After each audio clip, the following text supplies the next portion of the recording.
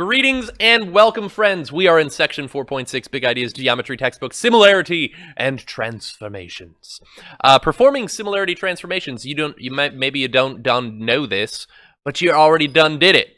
It says a dilation is a transformation that preserves shape, but not size. So a dilation is a non-rigid motion.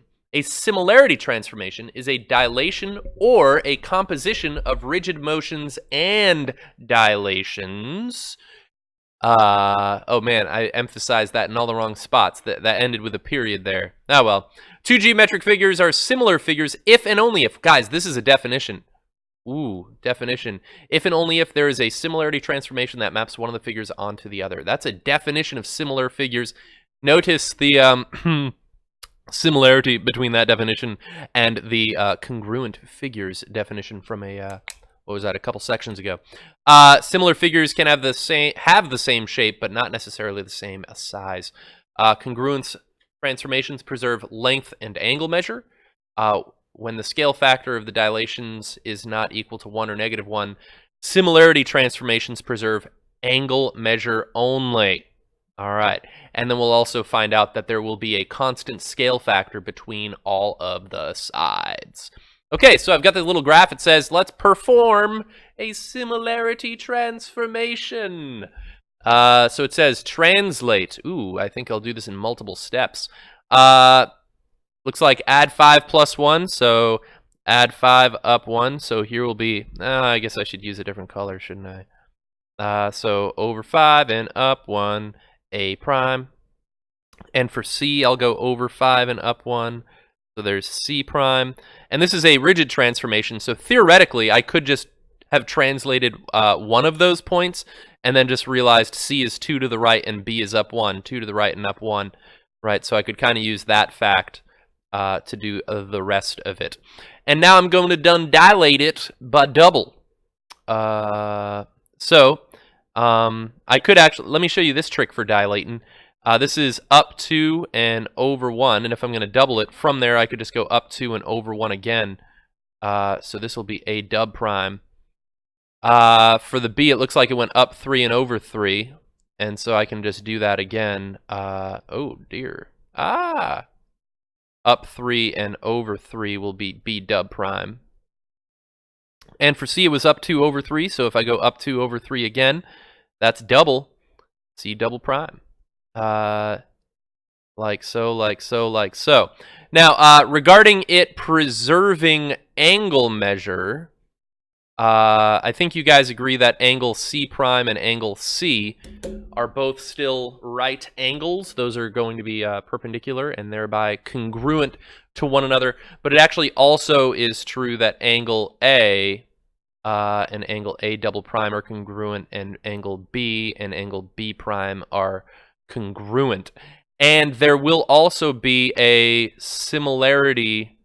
This is like super not actual notation, but instead of like tick marks on the side, tallies, I'm just using like little squiggles. So if I did triple squiggles here, that these will have a proportional relationship between those sides. Right? Oh man, I was like all there we go. All right, example 2. Describing a similarity transformation. So not only should we be able to perform them, we should be able to describe them when they have already been performed. So let's see. It looks like I'm going from PQRS to WXYZ. Someone, what's a composition, a similarity transformation you think that might get me there? There's multiple answers to this.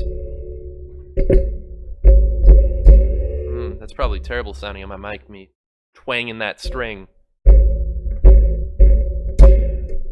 Okay, good.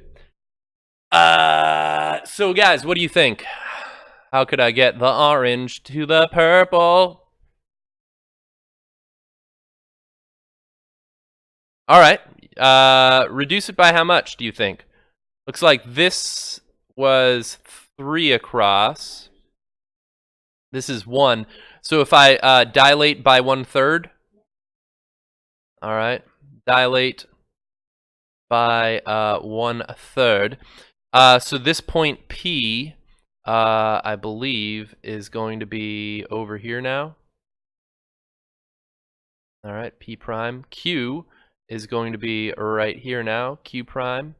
S looks like it's kind of going an up 1/2 sort of thing, and 1/3 of that would be right here. Oh dear, come on. There we go. Ah! All right here for S prime. And R prime is going to be right there. All right, so that's the right size now. And I think I like it, yeah. Reflect over who now? Reflect over the y-axis, yeah. Right? Question. Could I have reversed the order? Yeah? All right, I'm getting some yeahs here. Yeahs. If I reflected first, it would have been, right, something like this or something. And then if I dilated by 1/3, it actually would have landed in the same spot. So, I mean, that's not complete proof that these are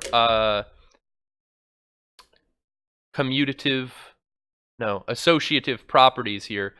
But it is something that, seems to suggest that I could make said argument. Let's see. Yeah, let's do example 3. Get ready for a math teacher writing words. It's the least favorite thing that he does. And seriously, you gotta just like timestamp that, guys, and get that to Joshua right away. I don't think I even need to retake that. Like, I think I nailed it the first time. Perfect. So, actually, I think that should be part of my theme song for every video that I make. If I start editing them, I could just, like, at the intro to Waddy Math, have a moment. Yeah. All right. Let's see. It says, prove that abacada is similar to F. Actually, would I just pronounce this F? F? Because, like, a GH could be like a F, like enough sound. F. I think so. Yeah, that's how I'd pronounce that.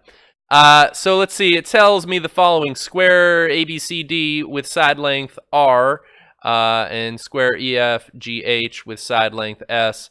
And it tells me that these two things are parallel to one another. Now, if I'm going to prove these similar, I'm going to need to demonstrate that what? That there is a similarity transformation, right? Similar figures are only similar if and only if there is a similarity transformation that maps one of the figures onto the t'other. So let's see if we can do that. Okay, so I think I'm going to start with a translation. All right, I'm going to translate this point. What's a good point to map A to? Yeah, it looks like A and E should be buddies. All right, so I'm going to start by translate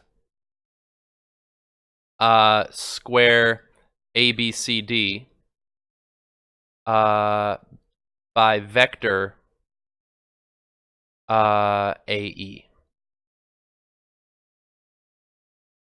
Right? Yeah. And so now this would map it like this, I believe, right? Okay. And let's see, and that preserves angle measure, so all of these new angles are still going to be congruent to the original. This was defined as a square, which I don't know if did we even define a square here yet?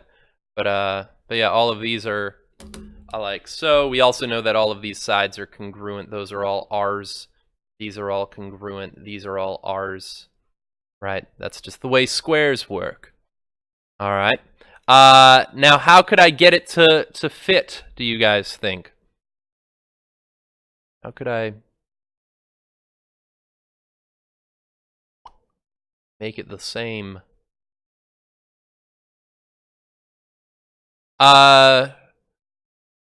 Yeah, I'm going to try to make the purple one into the... Yeah, into square f. Yeah. So how do I enlarge it? That's a dilation. Dilate about point E. Actually, I should have said dilate square A prime, B prime, C prime, D prime about point E. So this is the center of dilation. And I want to increase these side lengths, but the question is, what do I need to increase those by? Or what is the scale factor? No, it won't be a difference. It'll be a ratio.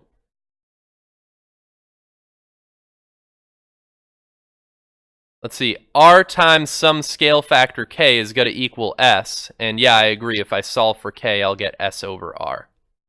So we will dilate by scale factor s over r.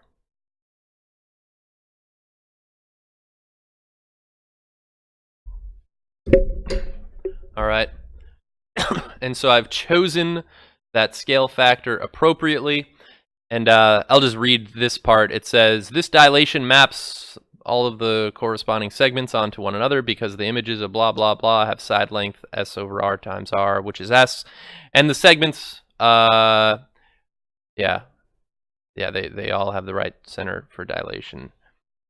All right, bunch of explanation here. And my conclusion, all right, is since a similarity transformation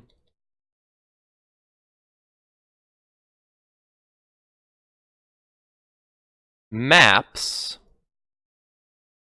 I don't even know if I can use that word, but you know what I'm saying, square abacad to square f,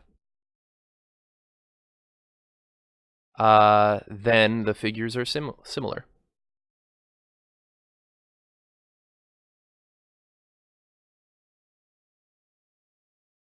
There. Yeah, and that's just, the reason for that is by definition of similar figures. All right, so you kind of get the idea there, right? Yeah. Let me show you one more, and we'll just, yeah, we'll, I think I gave you, did I give you guys monitoring progress question 5? I should make note of that. It's got triangles on it. All right. This is like the weirdest ones, you know, the weirdest part of the lesson, so I'm just going to show you one more time. Maybe you don't even need to write it down. All right, so I've got to figure out a translation that gets me from jackal to M and P. And so I think I would start by translate triangle jackal by vector. What now, do you think?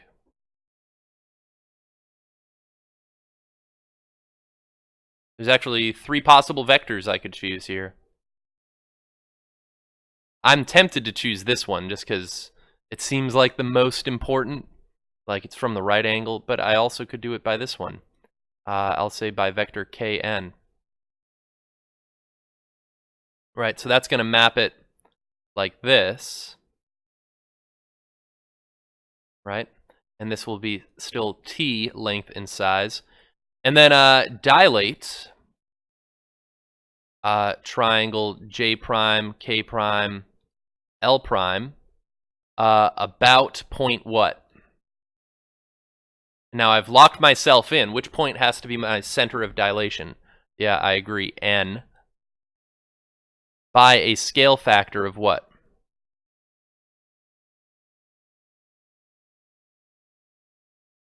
Let's see. I always have to think about this. All right, so I've got a side length t that I'm trying to increase to side length v by multiplying by a scale factor. So I want it to equal v, and yeah, so k is going to equal v over t. Yeah. I always have to think about it myself. That's all right. I've got those seconds to spare. And so that's going to go whoop, whoop, whoop, whoop, whoop, whoop, whoop, whoop, whoop, whoop, whoop, whoop, right? Or, I don't know, insert Mario eating a mushroom noise.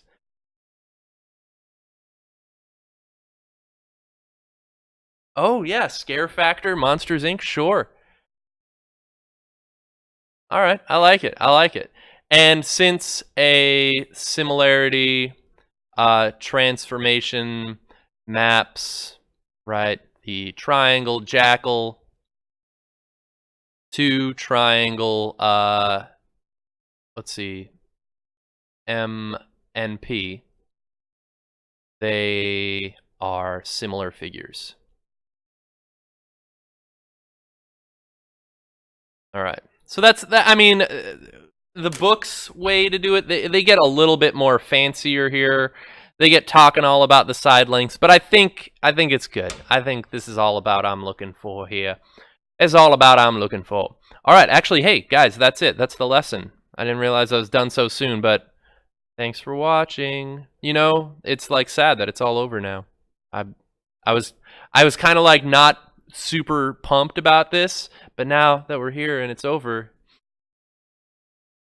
a little emotional.